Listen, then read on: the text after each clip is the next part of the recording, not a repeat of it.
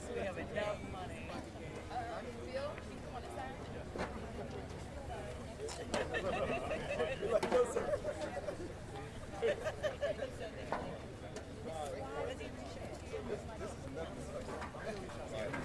Good question. I'm gonna stand with it. Hi, John. I'd come shake your hand, but I have to stand one down. I know. This guy's important too.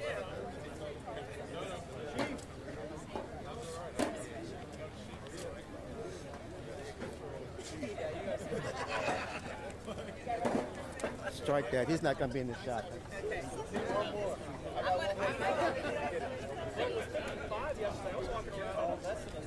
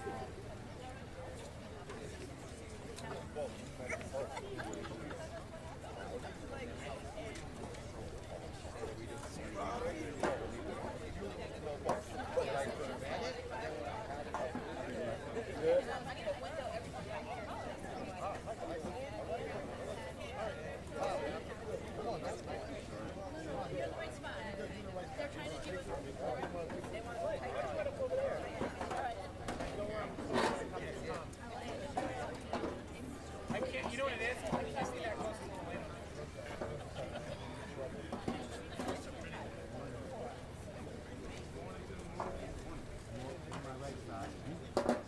Say what? All right, cool. Thank you. We should get some. Find a spot?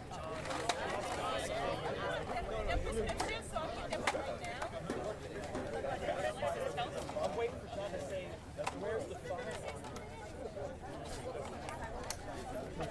Thank you so much.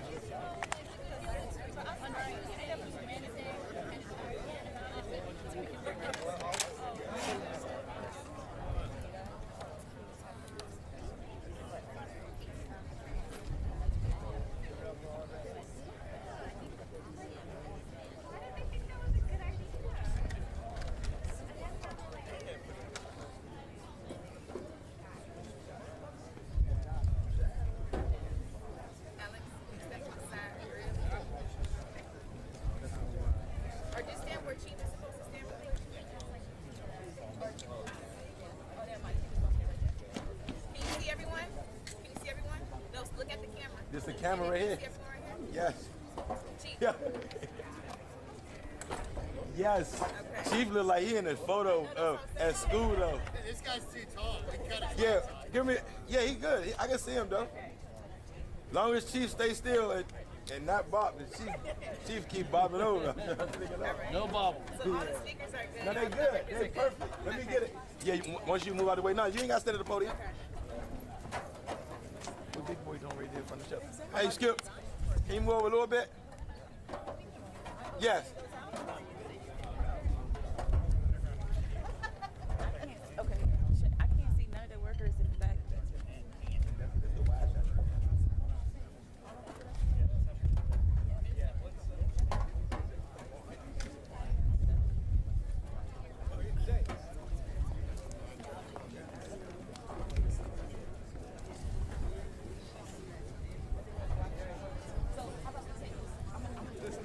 I'm gonna just take some out. Some of the DPW folks are taking out. Go ahead, Jazz.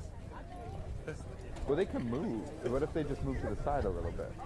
We don't have to take them out necessarily. What if we just They move? not seen at all. Look at the camera. Anybody behind the director is going to stagger them like that.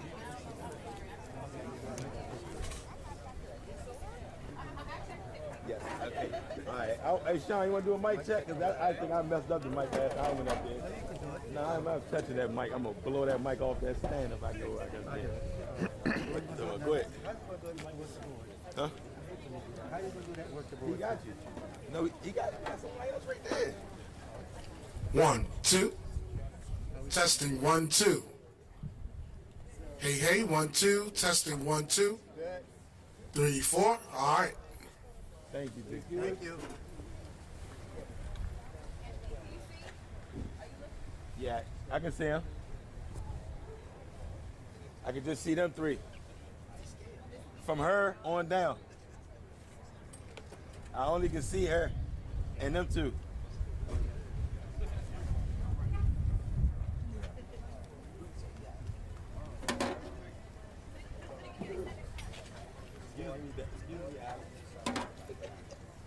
So you overheated him. Yeah, I can just see them four now. Who that put the mask on? Yeah, from her, if somebody get right in between her, I can get them. Yes, right there. Oh, he can move over some more. Yeah. That's perfect. Yeah, that was. That's good. Right here? Oh, I definitely can see him. I definitely can see him. Big boy is hard right now. Yeah, it's good. Yeah. That looks good. Like that. I know, right?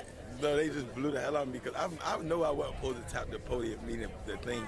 It's just so many people said it after I already said my bad. Like, God damn.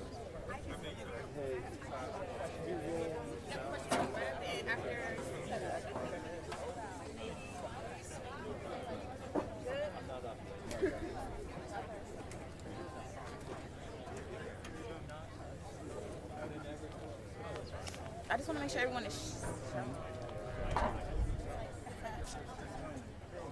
A lot of people not. Oh.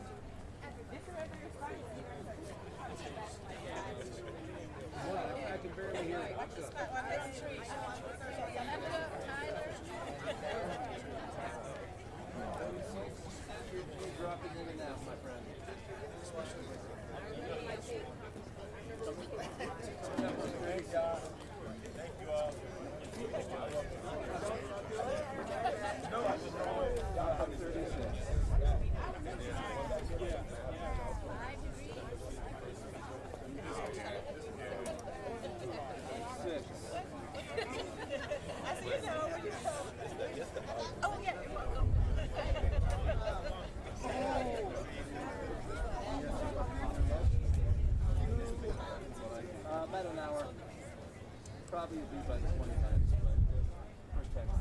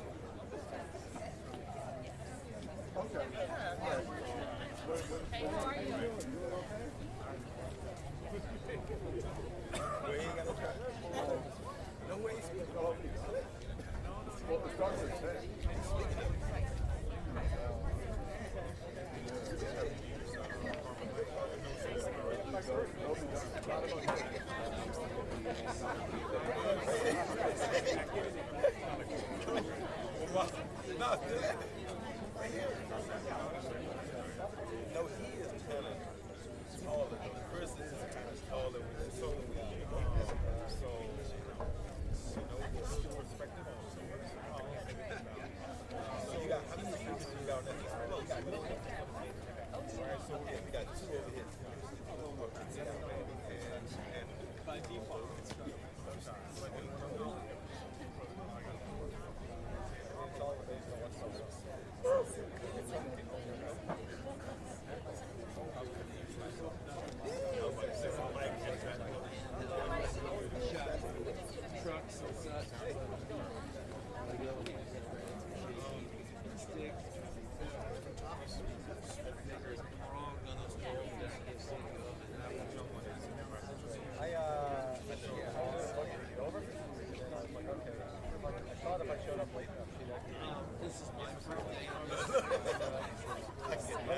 I'm gonna double my lateness.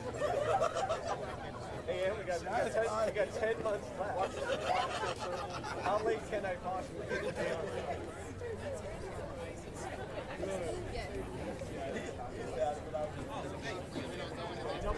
Double lateness.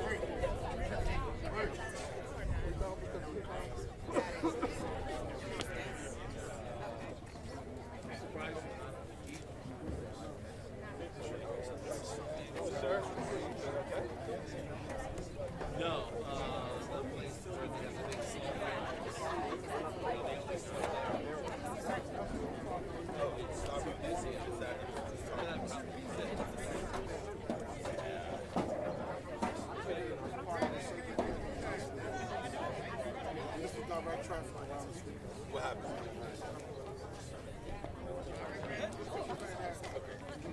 Oh, behind? Like over top of the... Okay. Yeah, yep. Thank you.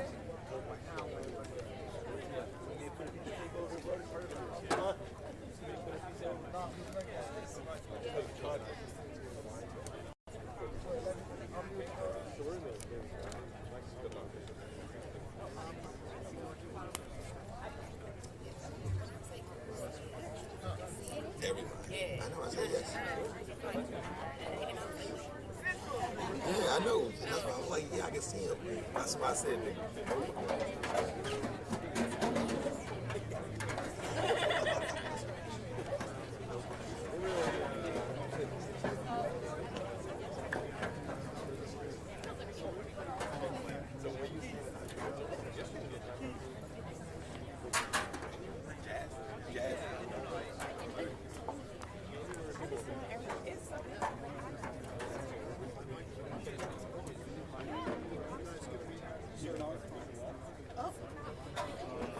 No.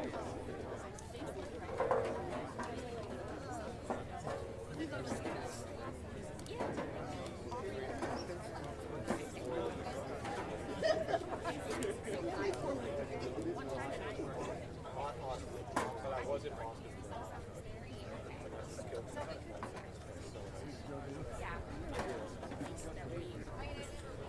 I've had a lot of long,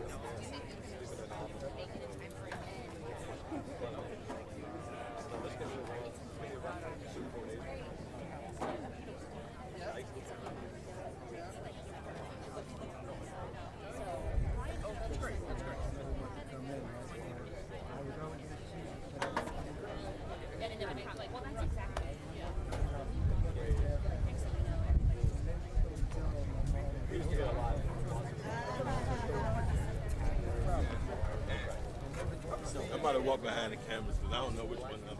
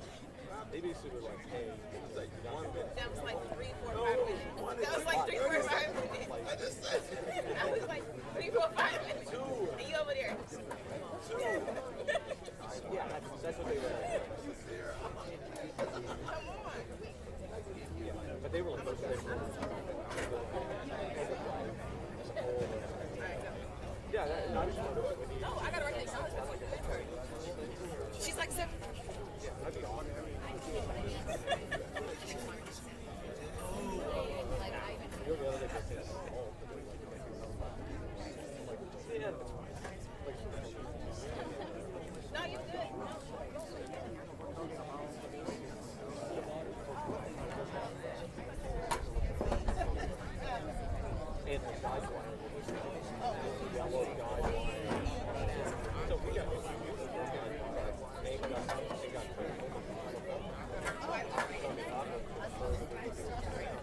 that's way better. It's good for you.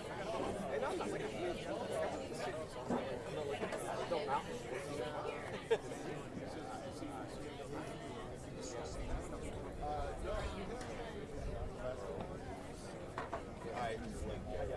And I can sit down.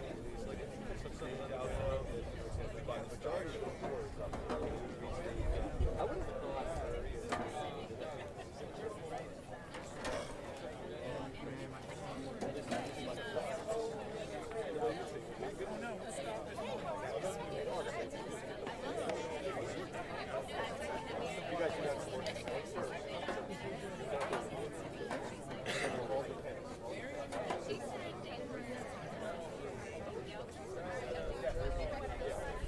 I meant polo.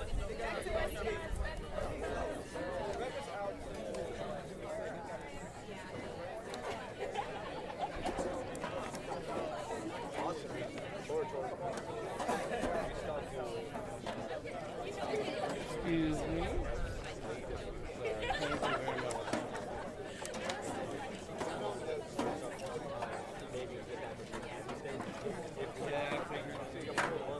I always try to shoot beforehand because otherwise we're all crowding each other afterwards.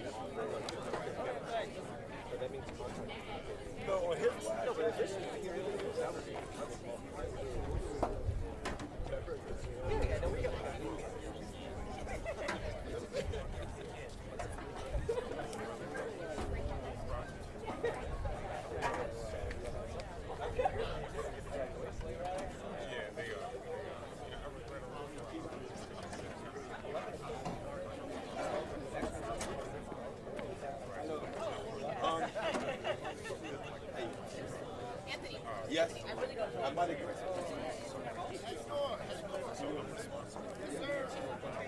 I might have to take it when that bathroom breaks down.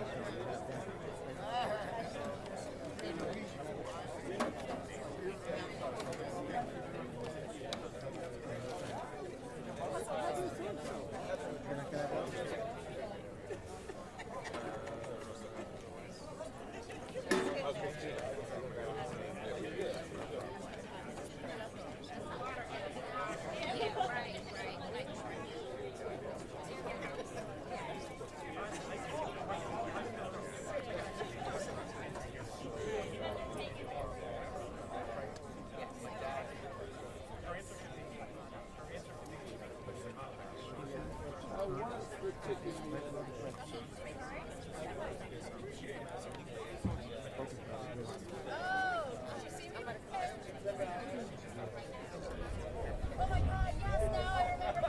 Thank you so much. You have no idea. Oh no, I do. I totally appreciate that because I was like, Every time I get a nice shot of yes.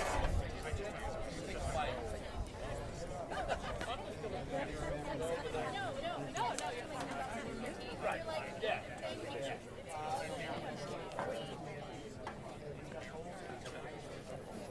Hey, Jazz.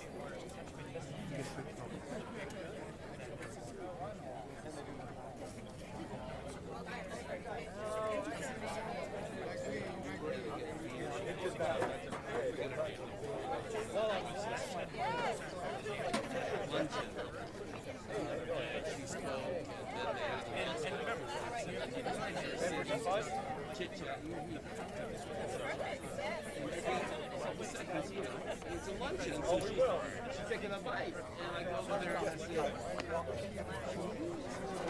30 seconds. I don't want you to get a shot of your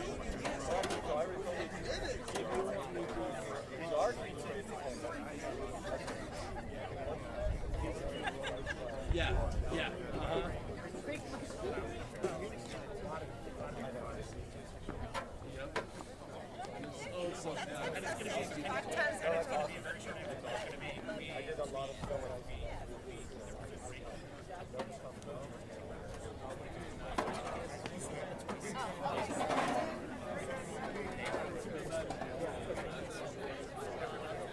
Back over here.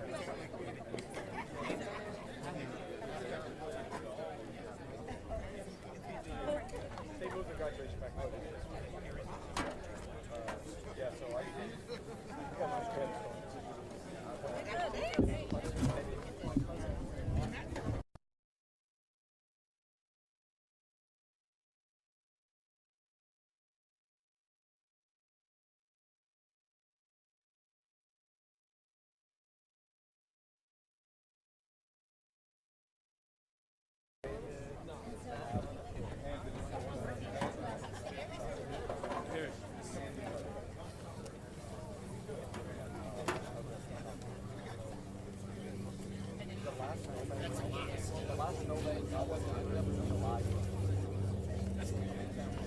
had like 6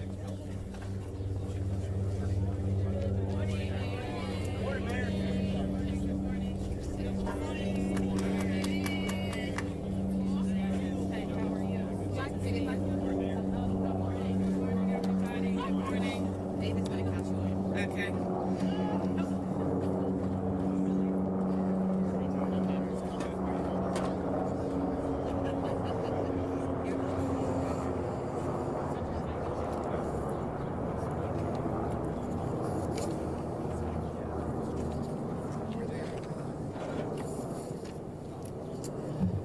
Good morning, everyone. I'm Muriel Bowser. I'm the mayor of Washington, D.C. I am here today to provide a briefing on the city's snow preparedness. I am joined by the city administrator for D.C., the director of the Department of Public Works. I am joined by WMATA's general manager and the CEO of PEPCO, Tyler Anthony, along with the incredible DC snow team. Please give the snow team a big round of applause. Our agencies that make up the snow team include the Mayor's Office of Community Affairs, the Mayor's Office of Community Services, DHS, that's the Department of Human Services, the Department of Health, DDOT, HCEMA, DGS, our General Services Agency, and many other people behind the scenes who are preparing for this weekend snow event in next week, which we expect to be a very cold week. So by now, people have heard about the significant winter storm that is headed our way. These are our expectations. Our team is briefed by the National Weather Service regularly so that we can be prepared for any changes in the forecast or conditions. We expect snow to begin Saturday evening. It will continue throughout the night and into the day on Sunday and possibly into Monday. This will be the largest snowfall we've seen in a long time. Current projections have at least 9 inches of snow falling with the potential for more. There is a possibility of freezing rain overnight Sunday into Monday, which will increase hazardous conditions. So at the same time, we're also headed into a very cold week. On Monday night into Tuesday morning, we are expecting wind chills to be below 0. So to make sure we have all the resources we need to respond, I am declaring a state of emergency in the District of Columbia, effective now.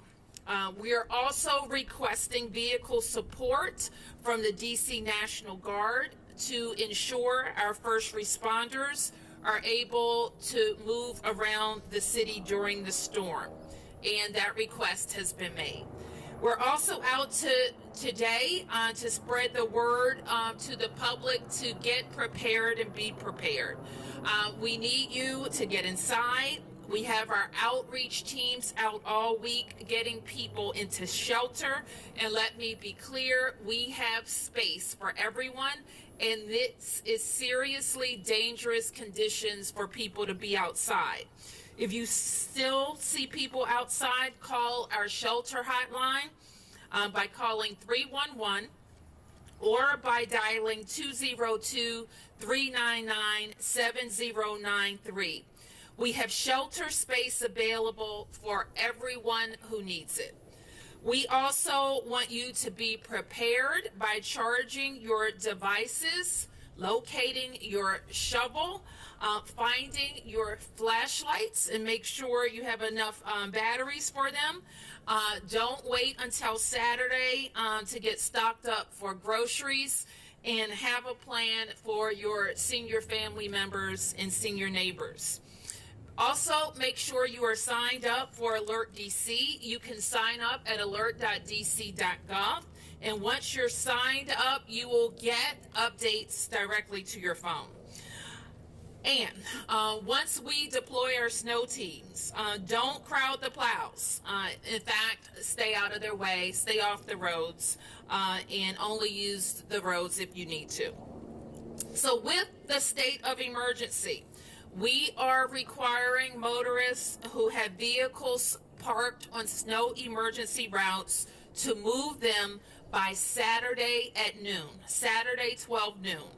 Vehicles must remain clear of the snow emergency routes until Tuesday at 9:30 a.m. If conditions show that we need to extend the snow emergency route beyond Tuesday morning, we will make that change and make everybody aware of that. But the snow emergency route is in effect from Saturday to Tuesday at 9:30 a.m.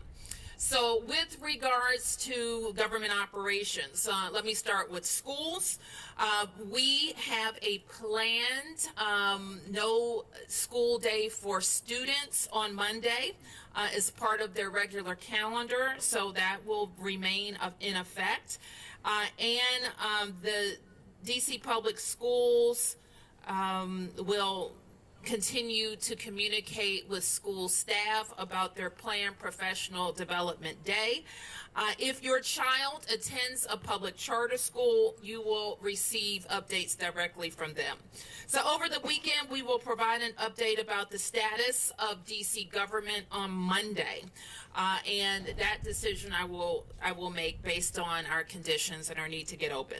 One modification that has already been made is that we are suspending leaf collection starting this afternoon, and those because those teams who do leaf collection also clear the snow, and so they are already transitioning to snow cleanup. Residents should also expect their trash days to slide, and we will keep you up to date on if you have a Monday pickup, for example, when you should expect your trash to be picked up.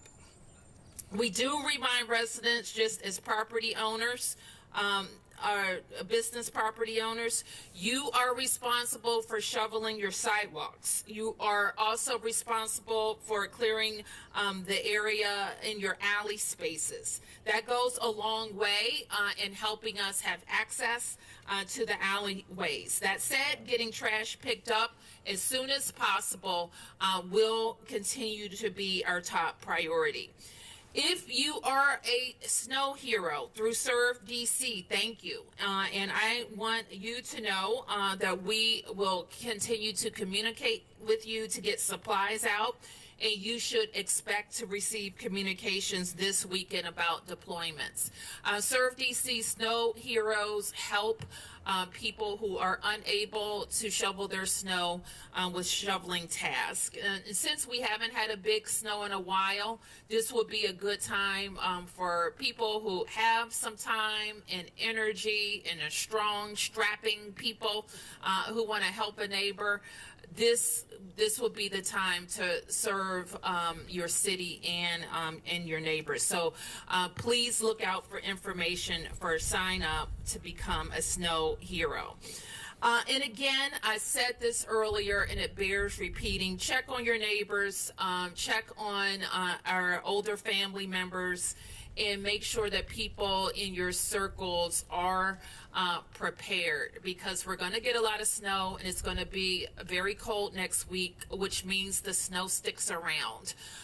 And so we want people to make sure they have food, they have a safe passage in and out. And that goes for everybody. A lot of people get injured during this time. And that's from shoveling snow. So if you're not able, just think about your readiness to be out there moving heavy snow. But there are also a lot of slip and falls that people don't see the ice, don't have great, or think their balance is better than it is. So like just be mindful of yourselves and have a plan to check in with people. And if you're one of those people, have a plan to call out so people know how you're doing and what you're up to, and if you need help. And you can always call us if you need help. So with that, let me turn to Anthony Crispino, who is the director of DPW. He will be followed by the general manager for DC Metro, and Randy Clark. And Randy will be followed by the CEO of Pepco, Tyler Anthony, and then we'll be able to take a few questions. Thank you. Thank you, Mayor. So I just want to piggyback on what the mayor has said thus far. We are taking this storm very serious. The forecast is starting to firm up, so we have a better idea on what to expect in terms of snowfall. DPW and the snow team have been preparing for a storm somewhere in the neighborhood of 6 to 12 inches with potential for ice on the back end. So what our preparations have been is making sure that we have all the employees and equipment available to address the conditions that we're facing. Operations actually began last night at 7 p.m. We began brining the streets, and we will continue to brine the streets for through tomorrow before the snow begins. Once the operations really kick into high gear around noon tomorrow with the commencement of the snow emergency, we'll shift over from brining to salt to get a good layer of chemical down on the streets. And then once the snowfall starts, we really will begin to turn to straight plowing until the snowfall lets up. At the point that our operations really get into full swing, we will have in excess of 800 employees dedicated just to snow abatement and removal, and over 300 pieces of equipment, which includes some of the vehicles that you see behind us.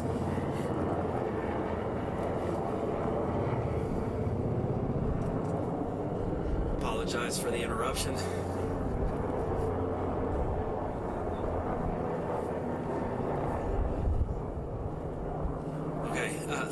So once snowfall gets underway, as the mayor said, we need everybody to take this serious. Please make sure that your cars aren't on the posted routes. We want to be able to clear from curb to curb so that fire, EMS, and other essential services such as DC Water and Pepco can get to any calls for service as quickly as possible during the duration of the storm. And we want you to avoid any fines or relocation of your vehicle. I want to stress the cold temperature on the back of this storm is going to be very serious, and as the mayor has indicated, you need to check on each other. Please stay off the roads if you can, stay inside where it's warm, but if you have elderly neighbors, please check on them. And then once the snowfall stops and you can venture outside, just help them out clearing their sidewalks. We'll touch on that with some of the other directors. And with the trash collection, we will do everything that we can to get back to normal service. There's going to be some slide dates. It's just the nature of the beast with this type of storm. I'm taking precautions to try and get us back to normal service as quickly as possible. We just ask you to be patient with us. And with that, I'll turn it over to the GM.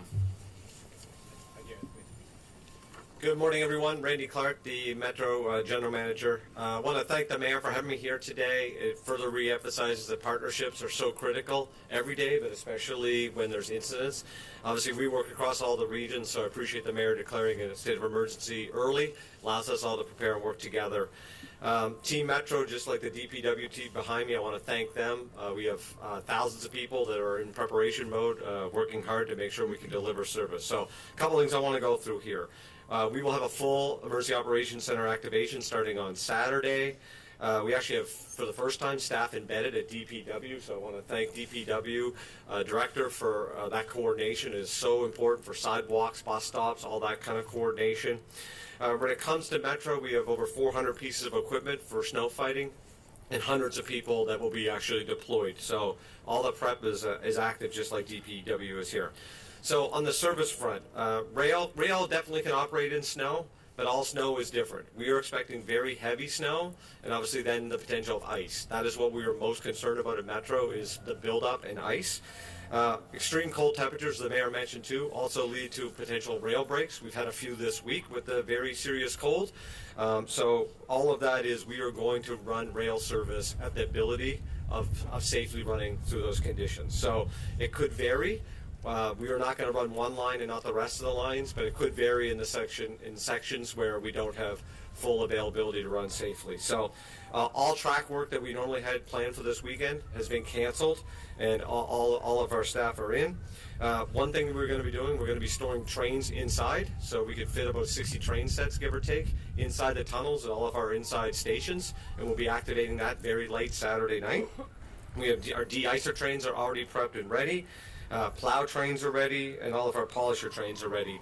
And so we're going to be out doing all of that type of work. And again, we like DPW, will prep.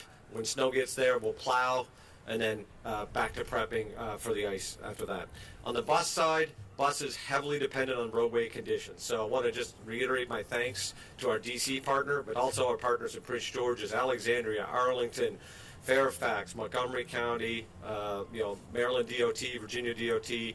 We run on their infrastructure, and we work together to make sure those roads are safe. So where there's hills, where there's narrow roads or tight turns, that's especially challenging for us on the bus side.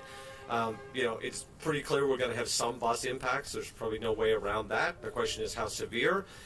We may have some temporary suspensions, but we are going to do everything we can again to serve especially places where there's critical staff. Hospitals, grocery stores, things of that nature, and we'll work really closely with HCMA and all of our other regional partners to try to get people to those critical resources and critical facilities the best we can. Put all that in Metro Access, same deal. Service conditions will determine that. We are already proactively reaching out on the Metro Access side to try to reschedule trips. If you do not need an absolute kind of life mission out on Sunday morning especially, we ask that you please, use some weather sense here, stay inside, look after each other, as the mayor said, and then travel after that.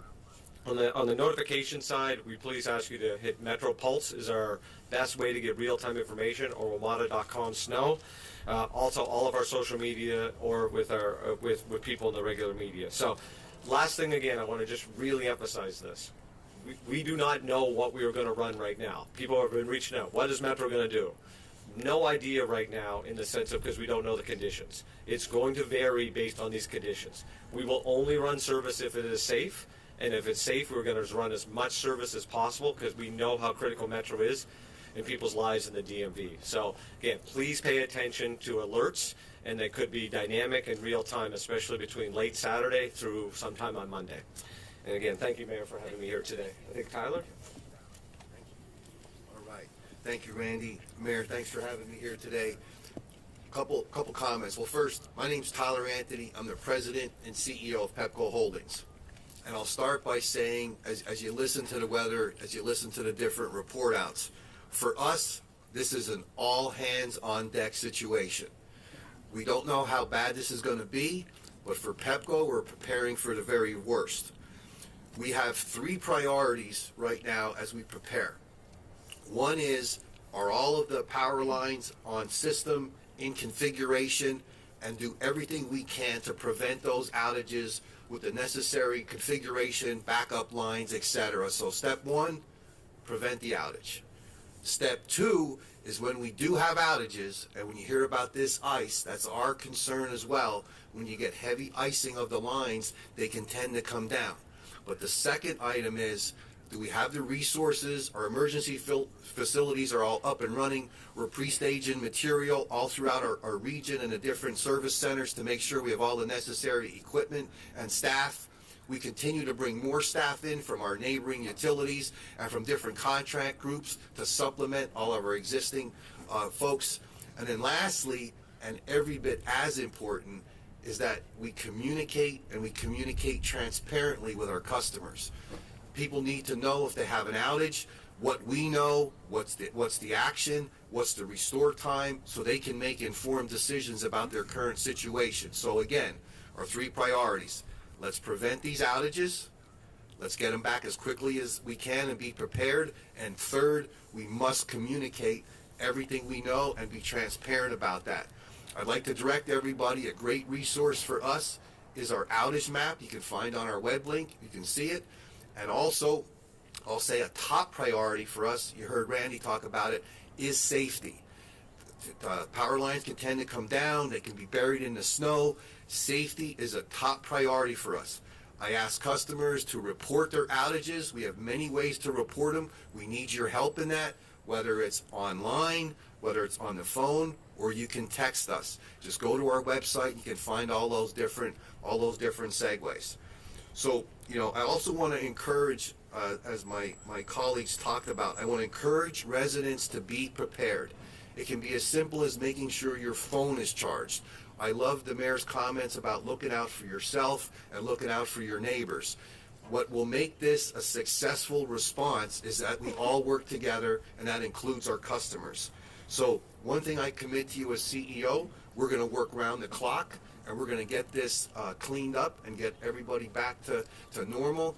Very concerned about the combination of outages and the cold weather. That can get very serious as it pertains to our residents. But you have our commitment. We're going to be here 24/7. We're going to continue to prepare, and we're going to respond appropriately. Okay? Thank you. Thank you for those updates. I also want to acknowledge Director McGaffin, who leads our OUC, our 911 and 311 call center, and all of the call center staff who are preparing to be there as long as it takes. And they are emblematic of a lot of our workers. When we get a forecast like this, they're planning to be away from their families for several days. And we want to say thank you in advance for that sacrifice for all of us. So with that, we can take a few questions. Yes, and let me ask Crispino to step forward, and Kevin to step forward and help me with any questions. Yes, Mark. Mayor Bowser, on the National Guard request, is it easier since they're already deployed? Is it a matter of just picking up the phone and calling the general, or are you actually having to go the traditional route of making a request through the Secretary of the Department of Army, and then would the National Guard troops who are here from out of state be part of this response, or just the DC National? I know the answers to your first two questions, and they are yes and yes. So we are making a request through the traditional route for some equipment, and we're also talking directly to the general about some staff deployments in the district. We expect that to be related to snow clearing, especially for vulnerable communities. You're not sure whether the out-of-state... I don't know who's going to be doing what, but I expect the priority will be DC National Guard. Thank you. Yep. Any other questions? Yes. Morning. For Metro and DPW, at what point with the rails will that determine whether you'll stop service? Is it when snow reaches a certain point on there that pivots that? And then for the streets, are there any areas that you all are asking people to stay away from once snow does start? I don't know if it gets more challenging around parks or winding roads. Great question. So with the declaration of the emergency, there are posted routes within the District of Columbia. Those are the areas that we would ask that the residents not park, because those are usually arterial streets and they are critical for police and fire to get from point A to B during the event. So for DPW and the snow team, it would be the designated snow routes. Please don't park there. Yeah, hi, thanks for your question. I think what you're referring to is there a level of snow on the tracks that we wouldn't run service? Yeah, so our goal here is first we're going to de-ice, which will minimize accumulation. When it gets kind of heavy, we'll have our plow trains out. Not to get too technical, but what we call, if the ball of the rail, our plow will plow to the ball of the rail, and the idea is to prevent accumulation. What we're most concerned about, again, is this heavy snow could turn into ice, where the snow could kind of chunk up around our third rail. No third rail means no power means no train movement. So that's why we're working so hard. The de-icers make sure the third rail stays kind of ice-free, and then we plow to remove snow. And that's the best way we do it. And that's why we're also storing trains inside. It's going to allow us to plow our yards. And when our yards have less trains in them, we can plow and create more space for the trains to move. So kind of a complex movement between kind of where on the depot side and in the track side. For the mayor or any of you, the question was just asked a moment ago about areas to stay away from. I mean, are there particular streets, hills, intersections that are particularly dangerous in this kind of weather that you yourself, Madam Mayor, would say to everyone, just don't go anywhere near there? Well, I think the overall message is if you don't need to be out during the active snowfall and immediately thereafter, to stay inside. And that's most of us. There are people who have to get to their jobs at hospitals and at grocery stores and senior facilities. So there are people who need to be moving and others that could spend a Sunday at home. And so we would recommend that. And frequently people who frequent certain roads, they know the roads that ice up faster. They know all of that. So there is a kind of rehearsed protocol of the priority streets. Every street, some of the places I just described are priorities. We function from this kind of value set that we want to get through a event like this, which is, I may sound a little calm, but this is a big storm. All right, we haven't had a big storm like this in a while, and we have been preparing for this. We're very concerned about the cold. And the cold weather like this mixed with precipitation puts people in a lot of danger. Being outside in weather like this, somebody could die. Okay, if you're outside and you're sleeping outside, so we got to get people in. So I tell my team, as you've heard from all of the executives here, is that we have to be safe. We want to keep people safe, and we want to keep, we want to see everybody next week. Okay, so that's what we want. It's also a priority that we get open. Okay, we are a local government. We provide direct services. And so it is always my focus that we get people open. When we have snow events like this, industry suffers, restaurants and hospitality suffer. And if we can't get open, then their employees and guests can't get to work and get to their events. So how do we focus on keeping people safe, and cleaning up and making sure we can get open and get back to normal for our own government operations and theirs. And I should just clarify something that I said earlier. Chancellor Farabee, as I mentioned, there's no school for children as planned, and the teachers will have their professional development day virtually. Madam Mayor, one quick follow-up. I'm sorry. Yes. You mentioned you're concerned about the cold and somebody could die. As a follow-up, I did see that you're opening, 8 hypothermia shelters. Yes. Could you drill down on what those facilities will do? Obviously, they'll keep people warm, but are there beds, food? Sure. Let me ask Director for DHS to answer your question and then more generally talk about outreach and how our contractors are working to get people in, how our employees, and what the general public can do. Director. Good morning. Thank you, Mayor. So as you mentioned and the Mayor mentioned, we have space. The first message is that we really want to encourage people to come in. We have space for anyone who needs to come in. Our outreach teams have been working overtime since we started planning for this event. Okay. Sorry about that. Since we started planning for this event to ensure that our residents experiencing homelessness know what is going on, to encourage them to come inside.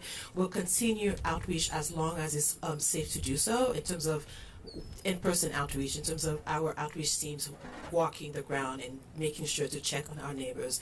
Our shelter hotlines will continue throughout the storm 24/7 to encourage people who have chosen not to come in, but also distributing warming items for folks who may choose to stay outside. While cold weather injuries are preventable, so we really want people to come in. However, we also want to make sure that if folks choose to stay outside, they have the resources to keep safe outside. Our hypothermia shelters will be open throughout the storm 24/7.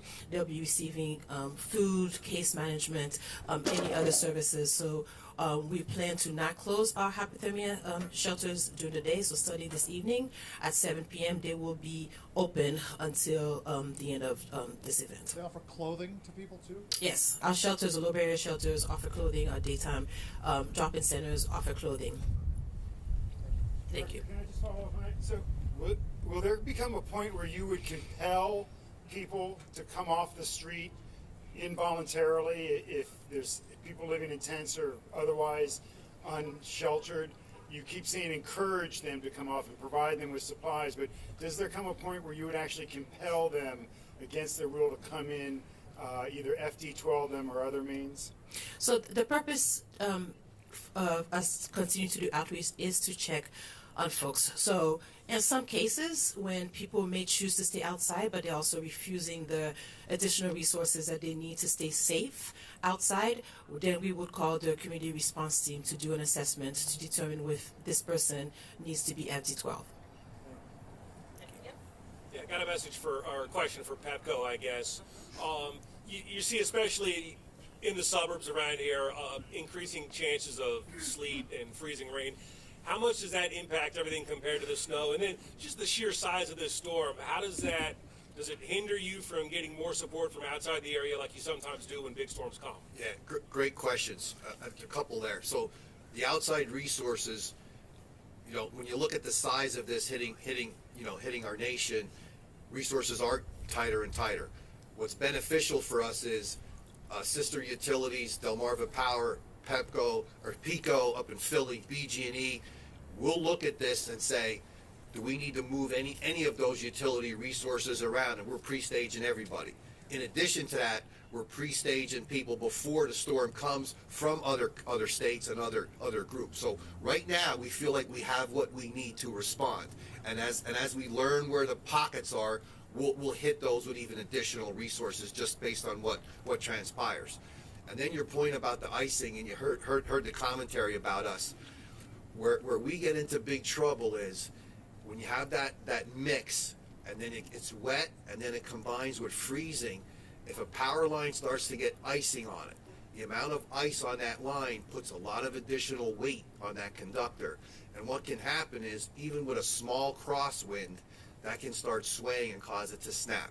So you typically, have the risk with trees, and now you have this risk with ice. So that's what we're going to be paying close attention to. And as you've heard us discuss, it's a big watch area for us right now.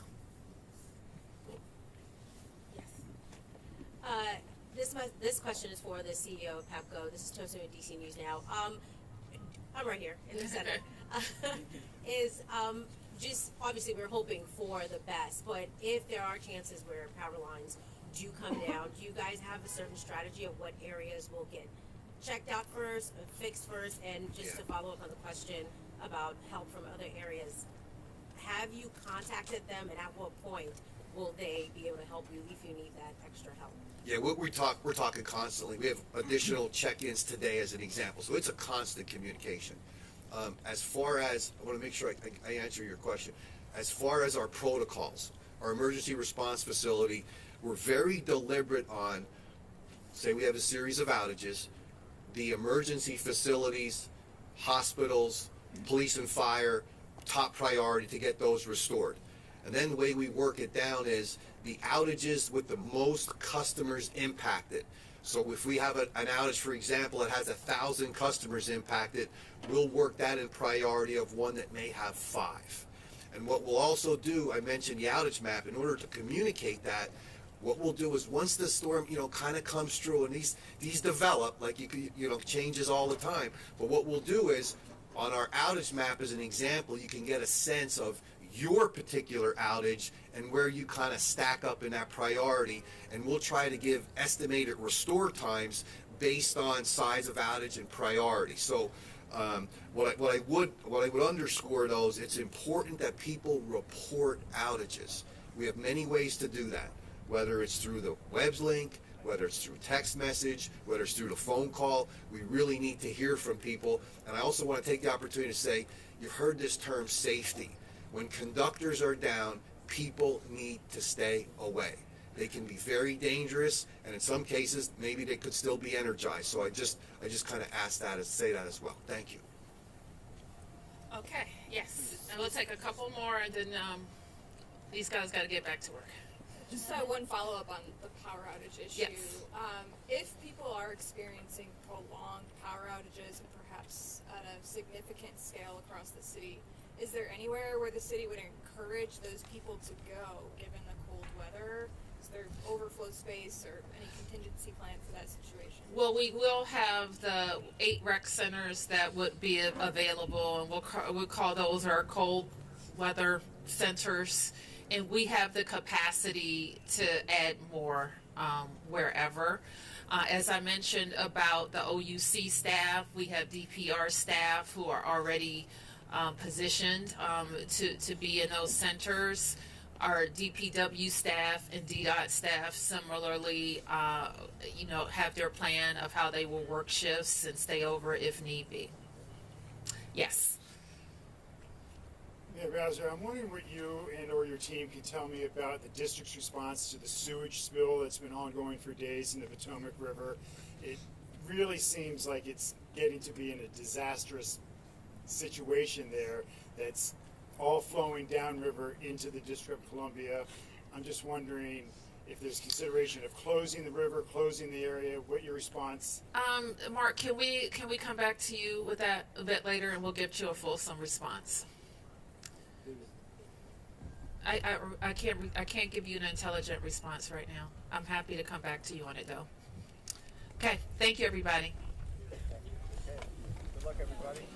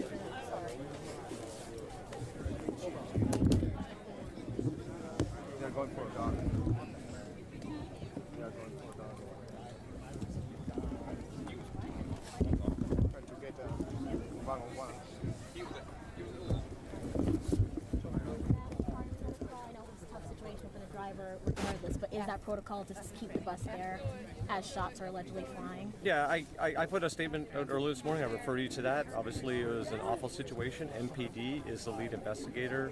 I would ask you to follow up to them on any questions regarding the investigation. And again, the statement I put on Twitter today would answer all the questions. It's a very nuanced topic, so I'd refer you to that statement. Do drivers receive any? I just refer you to the statement I made. Yep, I put all that on my statement earlier this morning. So if you go through that, it's very long and it's a very complicated topic, so it's a matter to go through it all and get all that nuance in that. I didn't see anything in particular about the type of training, or is there anything? I specifically said that operators get training on that. So again, all staff are given the flexibility to look after their safety and their customer safety. Period. That is ground zero for everything in Metro. Is to look after your and your customer safety. So, yeah.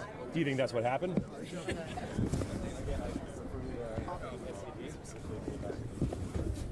Thank you. Appreciate it. Thank you, Randy. No problem. You want Public Works? Director of us. Hold on.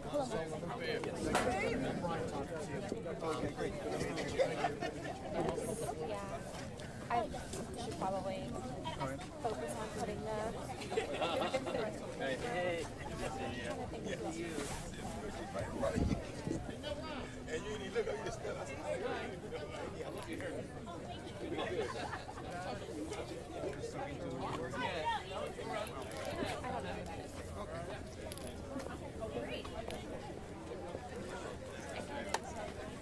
Yeah, they're doing a package maybe. Okay. Well, I guess Raphael is doing a package on this later.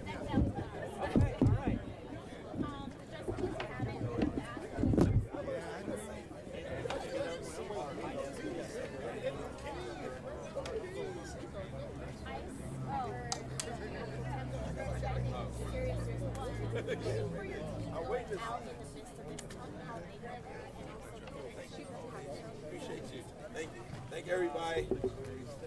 Y'all have a blessed day. Great job, Anthony. Stay safe. Yeah.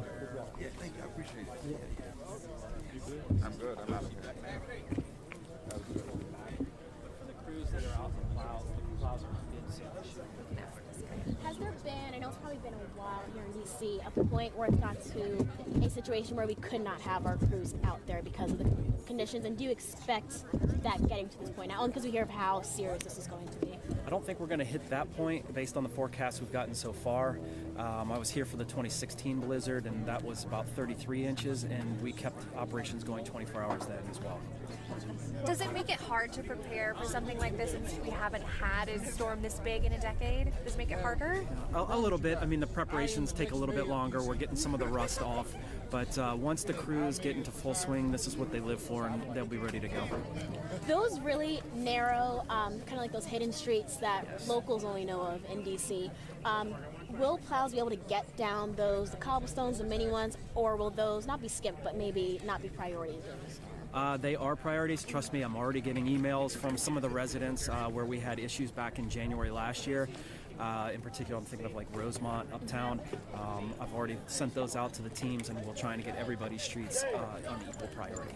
But alleyways are the people, they got to worry about the alleyways themselves, right? So alleyways, we don't typically plow alleyways. What I am trying to do different this year because of the snow and the ice and the fact that collection routes in the district are broken up between front side and alleyway.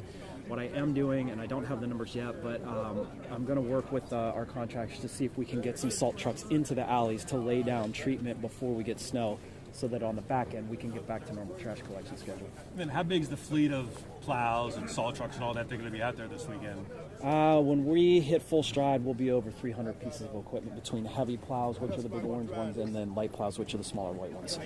The ice, which I know people are worried about, snow is one thing, ice is another. How do you treat that differently or prepare for that? So we've been brining since 7 o'clock last night. The brine, which is a mixture of salted water essentially and beet juice, it allows it to stick to the road surface, and the beet juice, believe it or not, actually allows it to be effective at a lower temperature than the rock salt that we use. So by laying down the brine, then on top of that the salt, we're hoping that we have a good base coat, and when the temperatures start to come up, it'll melt from below.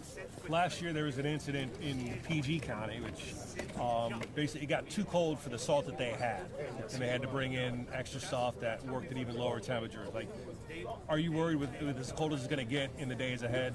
Like, do you have that super cold salt that's going to mitigate some of that? No, you're talking about more of the specialty chemicals. We're going to rely on the rock salt that we normally use, and then also the brine. And then what the strategy is on the front end, when we get hit with the heavier bands of snow up front, we're going to try and push as much off the snow and then let the chemicals that we have do the work on the back end. Thank you. Is there a point, like if you don't move your car by 4 today, if we're plowing and there's snow, you're going to be trapped? Well, when the snow starts at least. Oh, trapped? Okay.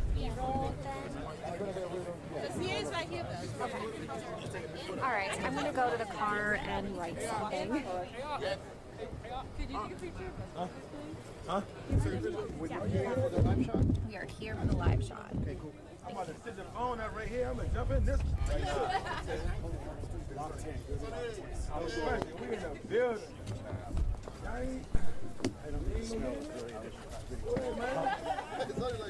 Say that again? We need one more person this side. Let's go off balance. Okay. Hold on. We need one more person. I got 2 of them. There y'all go. Hold on. Ready? 1. You missed some more. You with them, ain't you? All right. Not bad. How you? I'm good. I got you. I want you to be out. Hey, I'll give you next time. Hey,